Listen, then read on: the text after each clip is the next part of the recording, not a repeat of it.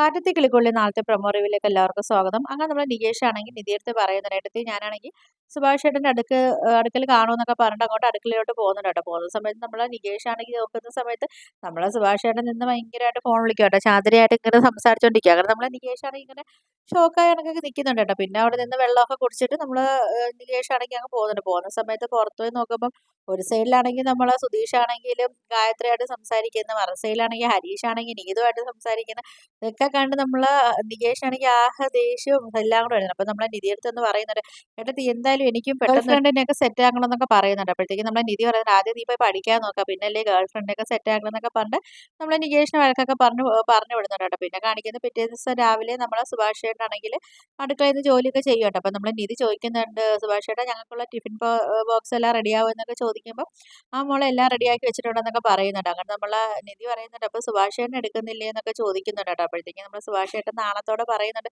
ഇല്ല എനിക്കാണെങ്കിൽ ചാന്ദിനി കൊണ്ടുവരാമെന്ന് പറഞ്ഞിട്ടുണ്ട്, ഇവിടുന്ന് കൊണ്ടുവന്നു കഴിഞ്ഞാൽ ഞാൻ ഫുഡൊന്നും മൊത്തത്തിൽ കഴിക്കത്തില്ല, അതുകൊണ്ട് ചാന്ദിനി കൊണ്ടുവരാമെന്ന് പറഞ്ഞെന്നൊക്കെ പറയുന്നുണ്ട് കേട്ടോ. അപ്പോൾ ഇത് കേൾക്കുന്ന സമയത്ത് നമ്മളെ നിധിക്കാണെങ്കിലും നികേഷ് നല്ല സന്തോഷമൊക്കെ ആവുന്നുണ്ട് കേട്ടോ. അപ്പോഴത്തേക്ക് നമ്മളെ നിധി പറയുന്നുണ്ട്, ആ എന്തായാലും ഇത്രയും നാൾ സുഭാഷ് ചേട്ടനല്ലേ എല്ലാവർക്കൊക്കെ ഫുഡൊക്കെ വെച്ച് വിളമ്പി കൊടുത്തു വിട്ടു, ഇനിയിപ്പോൾ സുഭാഷ് ചേട്ടൻ്റെ കാര്യങ്ങളൊക്കെ നോക്കാൻ ഒരാളായല്ലോ എന്നൊക്കെ പറയുന്നുണ്ട് കേട്ടോ. അപ്പോൾ എന്തായാലും നിങ്ങൾ കുറച്ച് നാളിങ്ങനെ സംസാരിച്ചിട്ട് നിങ്ങൾ പരസ്പരം മനസ്സിലായതിന് ശേഷം നമുക്ക് എന്തായാലും കല്യാണമൊക്കെ നടത്താന്നൊക്കെ പറഞ്ഞിട്ട് നമ്മളെ നിധിയാണെങ്കിൽ പോകുന്നുണ്ട് കേട്ടോ ഓഫീസിലേക്ക്. നമ്മളെ നിധിയാണെങ്കിൽ ഓഫീസിൽ പോകാൻ വേണ്ടി സ്കൂട്ടർ എടുക്കുന്നുണ്ട് കേട്ടോ. അപ്പോഴത്തേക്ക് നമ്മൾ നികേഷ് ചോദിക്കുന്നത്, അതെന്താ ഏട്ടത്തിൽ നിന്ന് സ്കൂട്ടറിലാണോ പോകുന്നത്?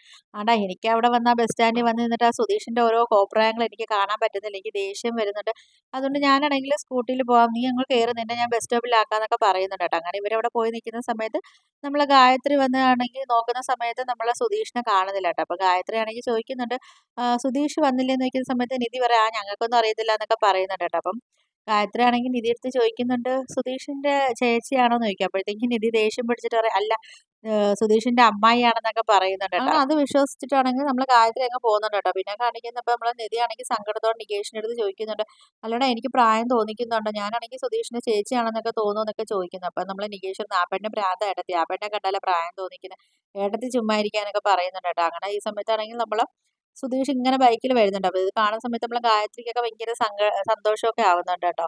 അങ്ങനെ നമ്മള് സുധീഷ് വന്നിട്ട് ചോദിക്കുന്നുണ്ട്, അല്ല നിങ്ങളിത് എപ്പോ വന്നെന്നൊക്കെ ചോദിക്കുന്നുണ്ട്. അപ്പൊ സുധീഷിന്റെ അടുത്തുള്ള ദേഷ്യത്തിന് നമ്മളെ നിധി നികേഷിന്റെ അടുത്ത് പറയുന്നുണ്ട്, ഞാൻ പോവാ നികേഷ് എന്ന് പറഞ്ഞ് നമ്മളെ നിധി അങ്ങ് പോവുകയൊക്കെ ചെയ്യുന്നുണ്ട് കേട്ടോ. അങ്ങനെ നമ്മളെ സുധീഷിന്റെ അടുത്താണെങ്കിൽ നികേഷ് പറയുന്നത്, ഏട്ടനാണെങ്കിൽ ഇപ്പൊ ഇച്ചിരി കുറച്ച് കൂടുന്നുണ്ട്, ഇപ്പം പരിധി വിട്ടൊക്കെ ഏട്ടൻ പോകുന്നൊക്കെ പറയുന്ന സമയത്ത് നമ്മളെ സുധീഷ് പറയുന്നുണ്ട്, ഗായത്രി എനിക്കൊരു ഇര മാത്രമാണ്, നിധി എന്നെ സ്നേഹിക്കണം, അത് മാത്രമേ ഞാൻ ഉദ്ദേശിക്കുന്നുള്ളൂ. അപ്പം നിധിക്കാണെങ്കിൽ ഇപ്പൊ ദേഷ്യമൊക്കെ വരുന്നുണ്ടല്ലോ, അപ്പൊ അതിനുള്ള എനിക്കൊരു ചെറുപ്പച്ചീട്ട് മാത്രമാണ് ഗായത്രി എന്നൊക്കെ പറയുന്നുണ്ട് കേട്ടോ. അപ്പോഴത്തേക്കും നികേഷിന് ദേഷ്യം വന്നിട്ട് നികേഷ് പറയുന്നത്, ആ നിങ്ങൾ എന്തെങ്കിലുമൊക്കെ ചെയ്യുന്നൊക്കെ പറഞ്ഞിട്ട് നമ്മളെ നികേഷ് ആണെങ്കിൽ അവിടെ നിന്നൊക്കെ പോവുകയൊക്കെ ചെയ്യുന്നുണ്ട് കേട്ടോ. അപ്പൊ ഇതൊക്കെയാണ് നാളത്തെ പ്രൊമോ റിവ്യൂ ആയിട്ട് കാണിച്ചിരിക്കുന്നത്. വീഡിയോസ് ഒക്കെ ഇഷ്ടപ്പെട്ടാൽ ഒന്ന് ലൈക്ക് ചെയ്ത് ഷെയർ ചെയ്ത് സബ്സ്ക്രൈബ് ചെയ്ത് ഉള്ള ബെല്ലൈക്കൻ എനേബിൾ ചെയ്ത് ഒന്ന് സപ്പോർട്ട് ചെയ്യണേ.